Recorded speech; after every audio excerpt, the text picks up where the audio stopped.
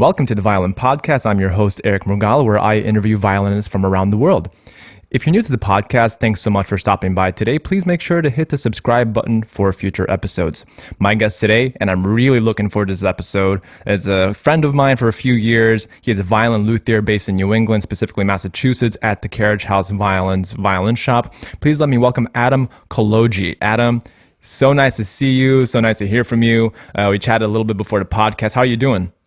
Doing good, just working away. Just working away? Keeping busy.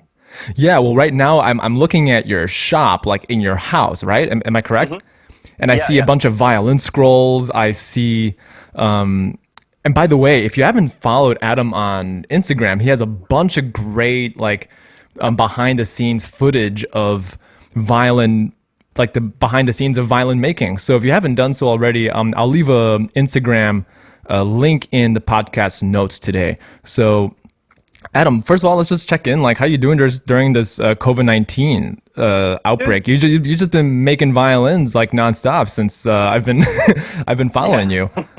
Yeah, just got a lot of work done. Spending a lot of time at the bench. I do miss being I miss the social part of like interacting with customers and like talking with my colleagues and like that sort of one-on-one feedback is really like it's missing from my life. But like honestly, like it's just been like maker boot camp. It's great. Aside from all of the horrible stuff that's been going on, it's been great for my practice. Like I have hours to just fill with trying new designs and trying like refining things that I usually am just strapped for time to do because I kind of have two practices that I do. I do the restoration and repair and set up stuff for Carriage House, which is my job, and then I spend the rest of my time working on my own stuff at home, and usually like getting after a full day's work, like it's real work. You come home and you're like, I don't want to get right back to the bench and immediately start carving again. You spent the whole day doing it, and now it's just like that is my day to day, and it's kind of been an interesting process. Yeah. Great. And you mentioned designs, you mentioned different templates, and I know that you're a guy who likes to experiment with different templates. Oh, yeah. And I want to get to that in a moment. But for the people who are not familiar with who Adam Kology is, you're a violin restorer, violin maker. How did you get started into becoming a violin luthier? Because I know that I had Douglas Cox a couple episodes ago. He's a violin, he has a very interesting background in how he got into violin making, but I'm curious as to know what your violin making background is. Wow, it's kind of a shaggy dog story, but what was it? I moved to the Catskills after college, and I was kind of living on a piece of property with my in-laws, and they all play these esoteric American fiddle tunes. It's the old-time American fiddle tunes, and I played guitar, like every kid from the suburbs. Like I didn't play anything else, and I knew very little about it, and I wanted one, but like right after college, had no money.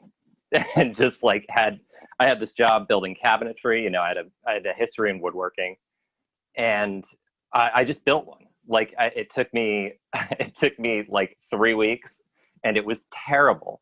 It was the worst violin ever. Oh man, I'm curious to know about that. Yeah. It was just like everything about it was wrong, but it lit. I really loved it. Like I always loved woodworking. I always loved working with my hands. I went to art school, a BFA, and I couldn't stop doing it after that. And like I found this old junker, like you do, and glued it back together and started playing on that. And like really, I was coming at it with I really wanted to play. I really just wanted to play along with my family, and that's where I kept coming. And then like slowly that I kept doing the repairs and kept reading and kept researching like everything I could find, just voracious. And I started doing repairs for friends. I rebuilt my wife's fiddle, which was again, a junker. Great stuff to learn on. And it just spiraled from there. And I kept doing it and kept doing it just slowly. And eventually my wife went to applied for grad school in Boston. And I was like, oh man, what are we going to do in Boston? She's like, oh, it's only 2 years. You'll find something to do. I was kind of still doing the woodworking thing. And I had a bunch of other jobs too. I worked as a metal fabricator, all this stuff. And I saw a job opening at Carriage House, or at, not Carriage House, at Johnson Strings in the rental department, of all things. And I applied for it and talked to the shop boss there, and he said, yeah, it's totally entry level. Like, we'll get you started. You know, here's what you're going to need. And that's how I got into it. And, you know, 8 or 9 years later now, like I went from that, I did that for 2 years. And then when Carriage House came along, I moved over there doing mostly commercial setups and some repairs, customer repairs. But man, rental was just boot camp. That's where I learned everything. Like, I know it's seen as low level work and it is, you know, it's entry level work. It's not to be denigrated or anything, but it's like a great introduction. And man, if I was the violin making dictator, I would make it like the Israeli army. Like, everyone has to do it for 2 years. Really? Wow. Like, you have to. I can't even count how many bridges. Like, I used to do 10 setups a day. You know, I do like, I think the most I counted one time. I do remember this. Like, one day I wanted to know how many bridges I could cut in a day. Just bridges, just violin bridges.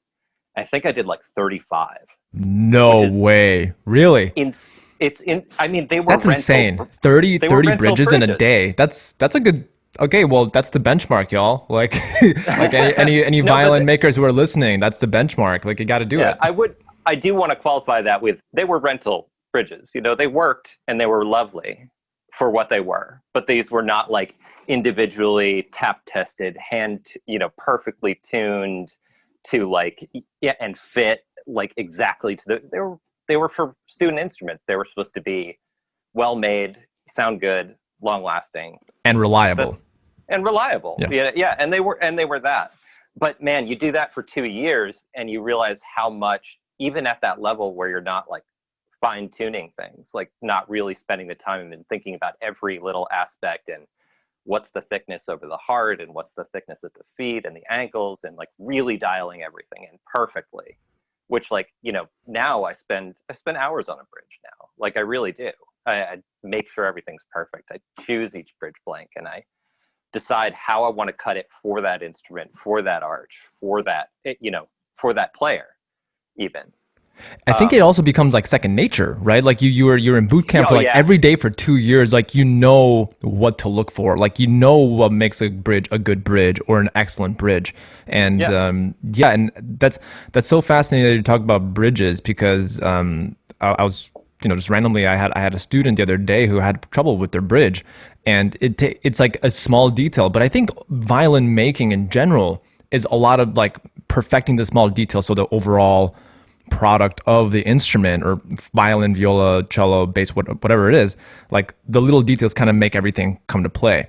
At least for me as a player, I know nothing about violin making, but at least from a player's standpoint, like, the height of the bridge, even if it's like a millimeter too high, is already a huge difference.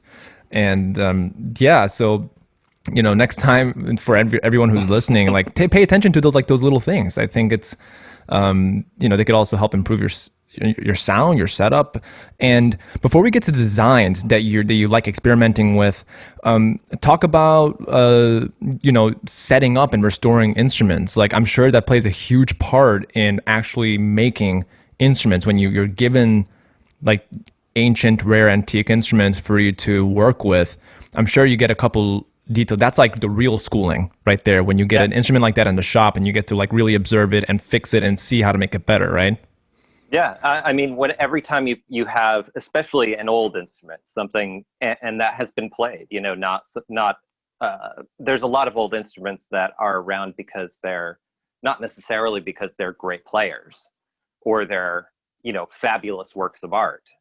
Well, maybe, but it could be those, but because they work. They really sound good. They perform well. They feel good. Like they meet all the criteria as a machine to do a job, you know. And it's those that are. It doesn't, to me. I haven't.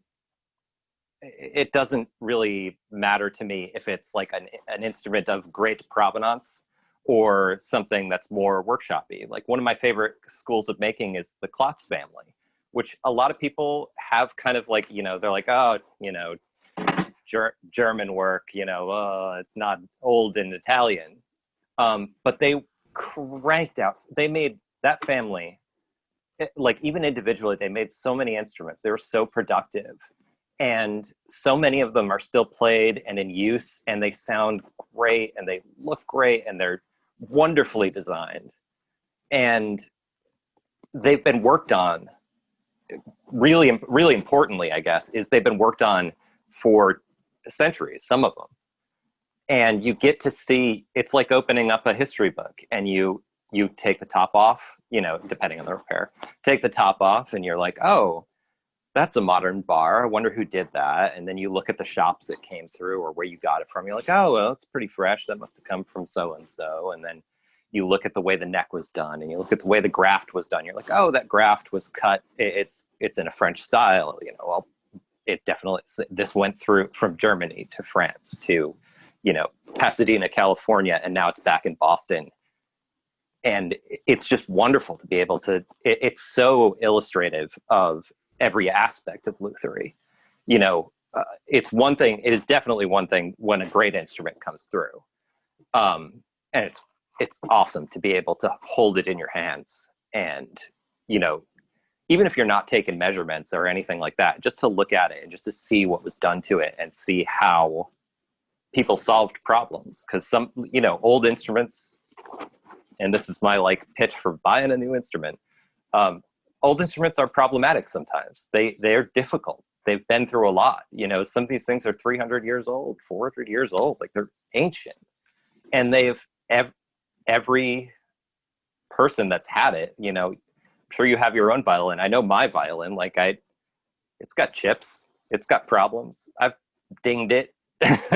You know, you do that for a couple centuries and like those little nicks start to add up, and to see all of the solutions for those problems, whether it's a crack or a bad neck or what have you, like overly thin plates or whatever.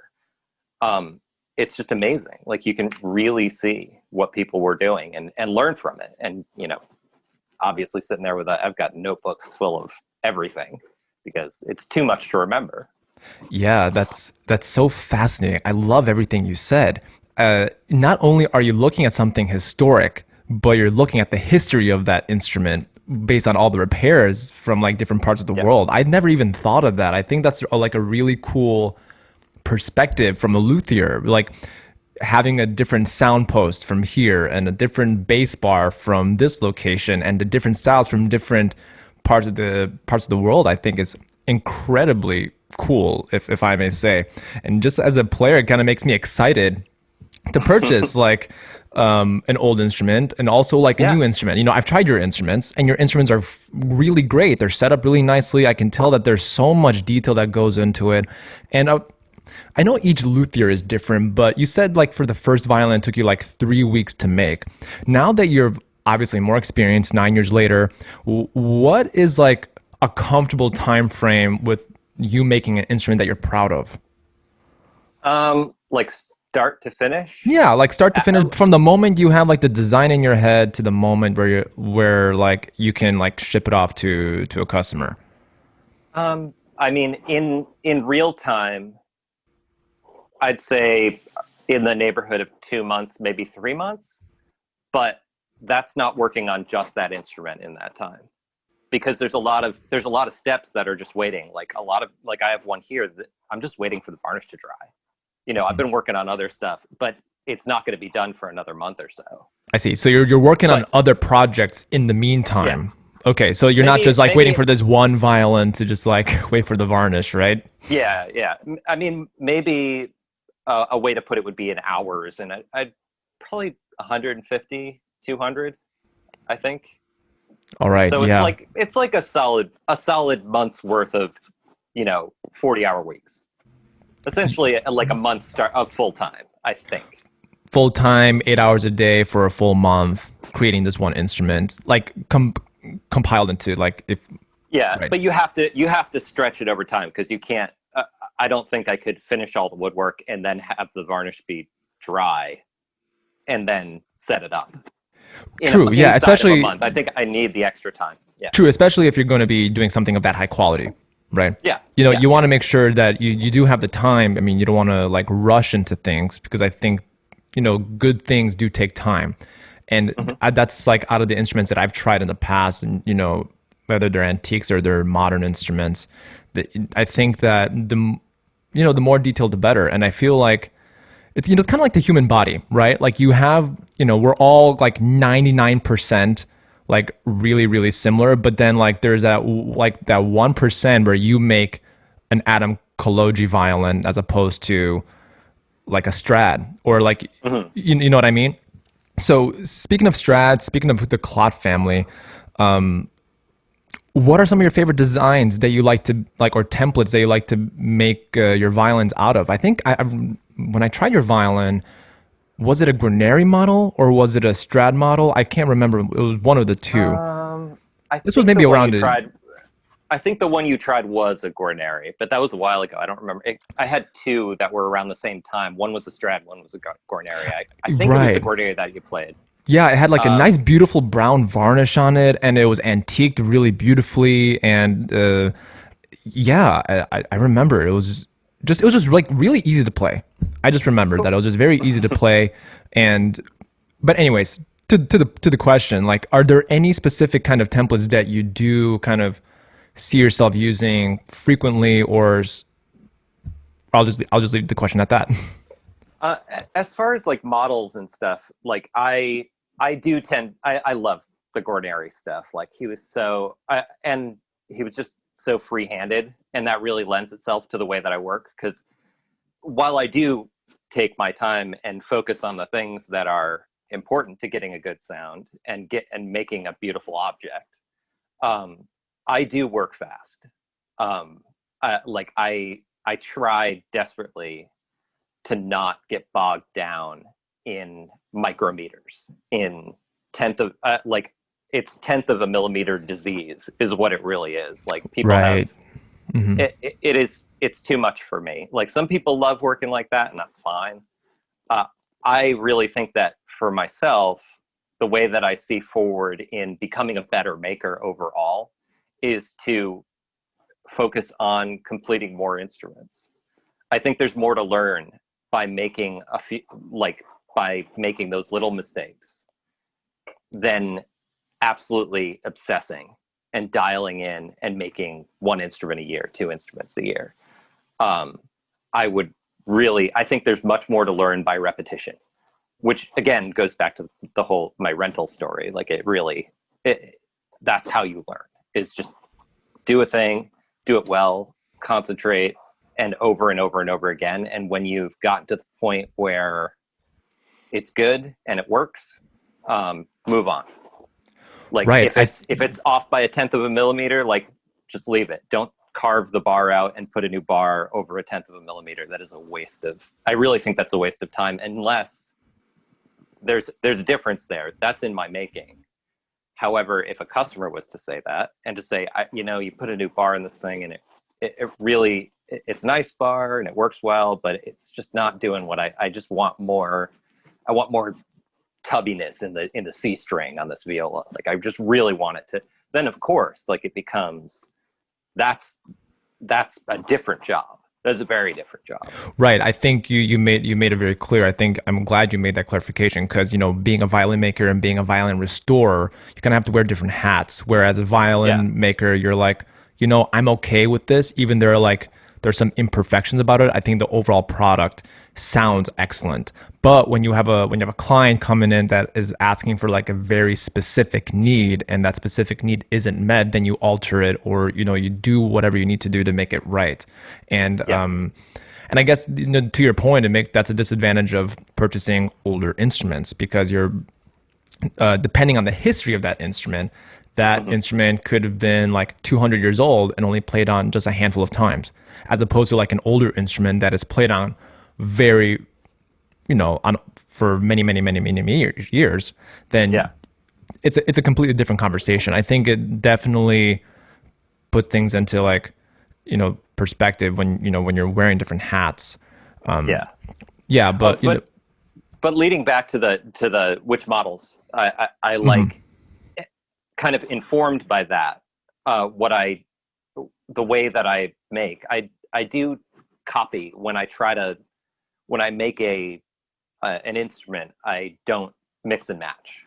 Like I won't put a Strad scroll on a Guarneri body. Right, that doesn't make sense. Yeah, it just doesn't fit the overall It, aesthetic. I yeah, it assume. doesn't. It looks weird and small, and you have this really clean, like perfectly, done scroll with this body that, like, the F hulls are all like weird, and it doesn't jive. But when there's a level where I stop, um, what I'll do is, usually when I'm starting, I will say, well, I'll look back at what I was doing before, and I'll say, well, that edge work really didn't work out. Like it was off, and I'll try to find a way to. And this is more working style rather than final sound. But I'll say, well, it didn't really end up looking like, Guarneri edge work or a Guarneri scroll. Like it was a little too chunky, or it was a little too thin, and I'll be like, you know what, that's something I'm going to work on this violin. And so I'll take all the things that I'll try to focus on a specific part. Obviously, if I'll try to make everything else as nice as I can. But I will say, you know what, I really didn't like about that last one that I turned out. I didn't like where the purfling was, and I'll focus on that, and I'll do really targeted research as much as I can, whether it's the internet or library or the bookshelf at Carriage House, which is a gold mine. Um, you and just figure out that one part, really focus on it, and that's where I'll spend my extra time on that model.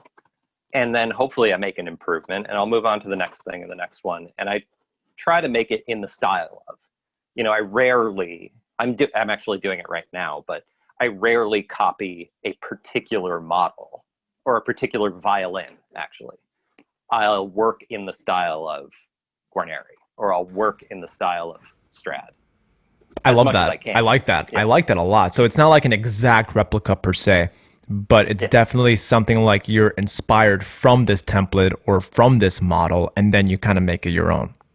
Yeah. Yeah, definitely. I love Um, it. yeah. Yeah. So that's great. So Guarneri models. Let's talk about maybe what you're working on these days, like during the quarantine, during the COVID-19, you know, quarantine. Like I'm what are some of the things that you're working on these days? Like, are you working on the Guarneri models? Are you making a an Adam Kology template? Like, is there an Adam Kology template that you've like based off all of your research and all the violins that you've seen and come to the shop that you've kind of like settled on one that is kind of like your own? what I've been doing is I actually am building this really wild Amore type thing for a friend of mine. He commissioned it, and do you know what a Hardanger fiddle is? It's a Norwegian You know, instrument. I'm not familiar with it, but I'd They love to have know what it's about. they have a whole bunch of they have this one has 10 strings, so it's sort of like a violin d'amore, That's but gnarly. it has five sympathetic strings that run under the fingerboard.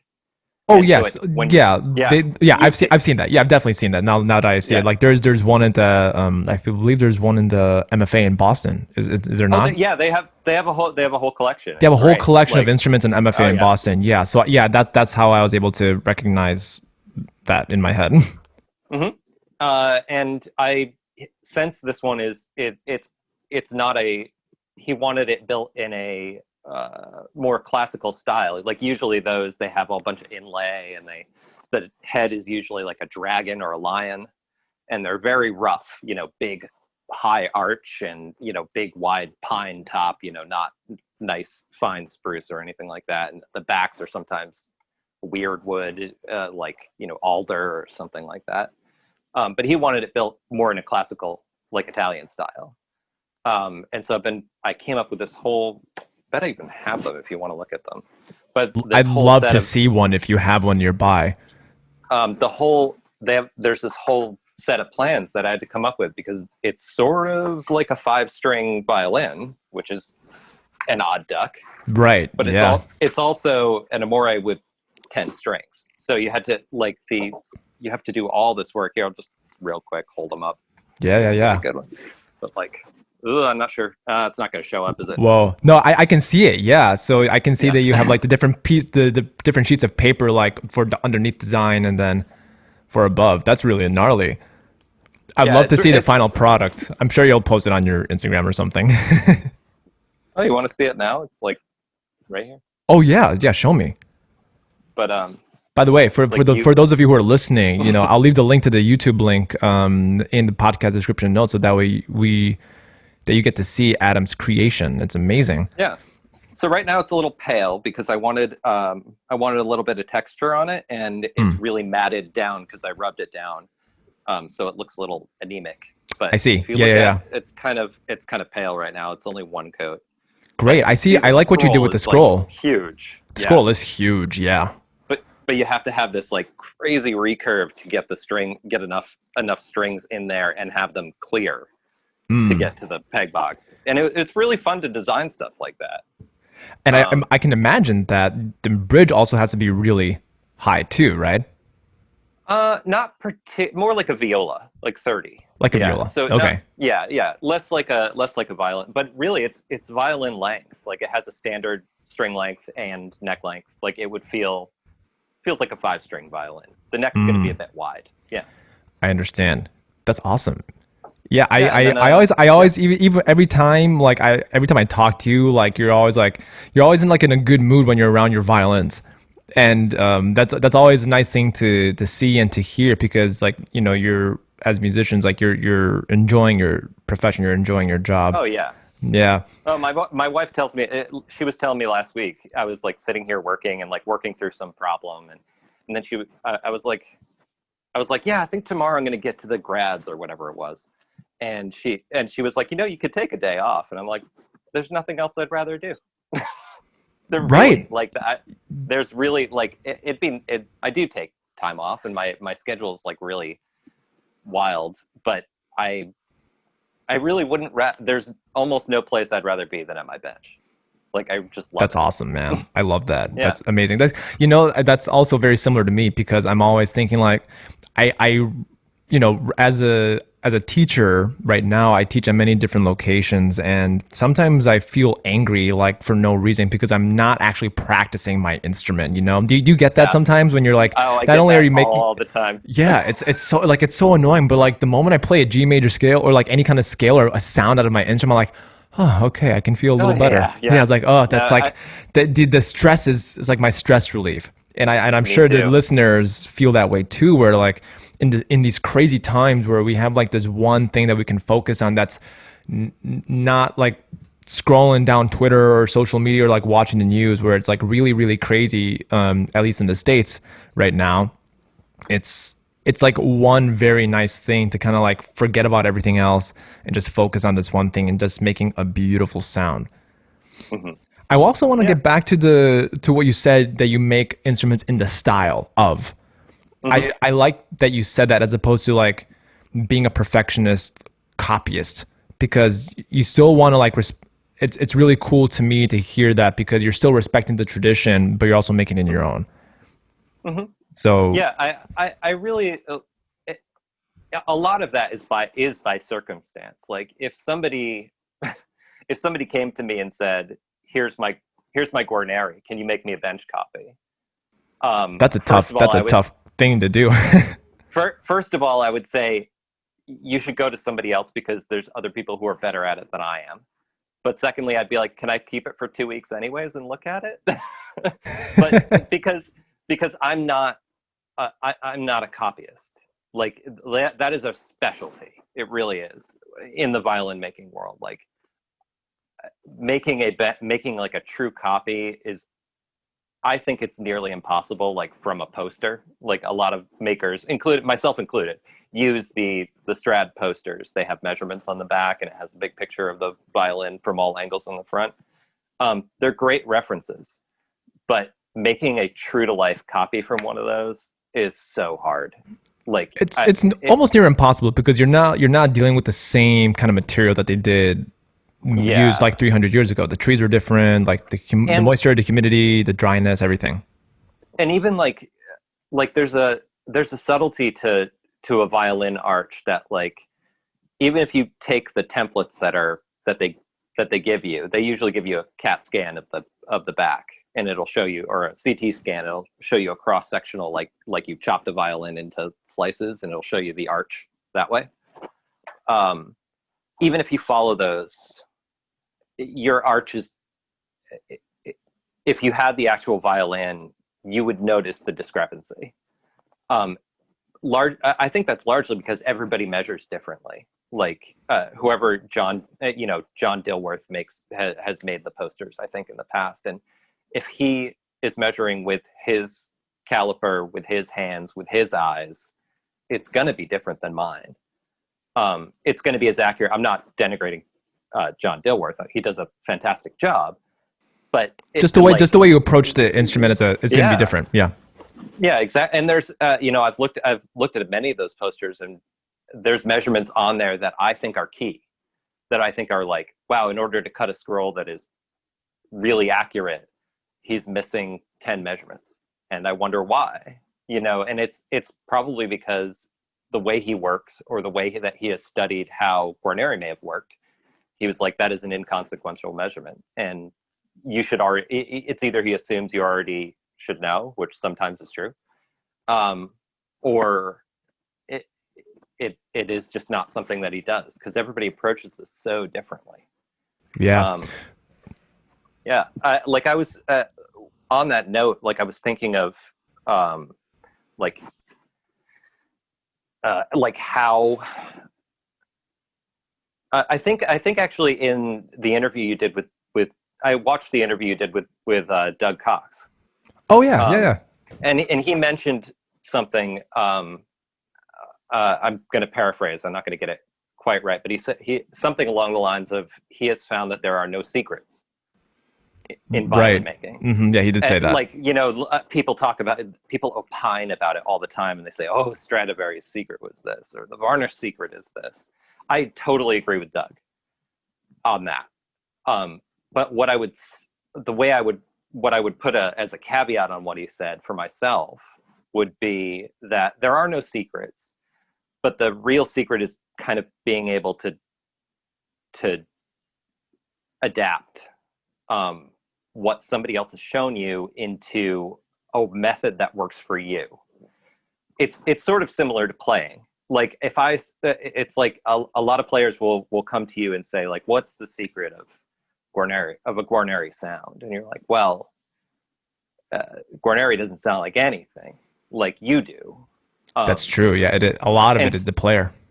It really is the player, and everybody's opinion is so different. And it'd be like me saying, like, Eric, because I'm not a classical player, but I was like, how does Bach work? How does Bach right. sound like Bach? And it's like, well, you can only go so far with mechanically explaining that.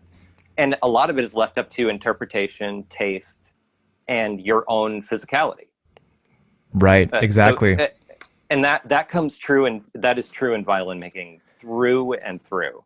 Is like, one person's magic formula is another person's, what is this stuff? It's terrible. And let's just end the conversation right there. Sure.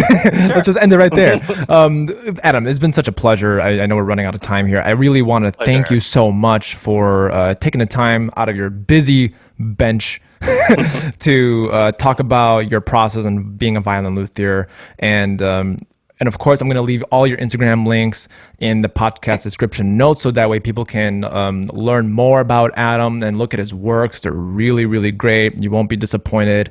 And Adam, Until next time, thank you for listening to the Violin Podcast. If you haven't done so already, please make sure to hit the subscribe button because it really helps us a lot.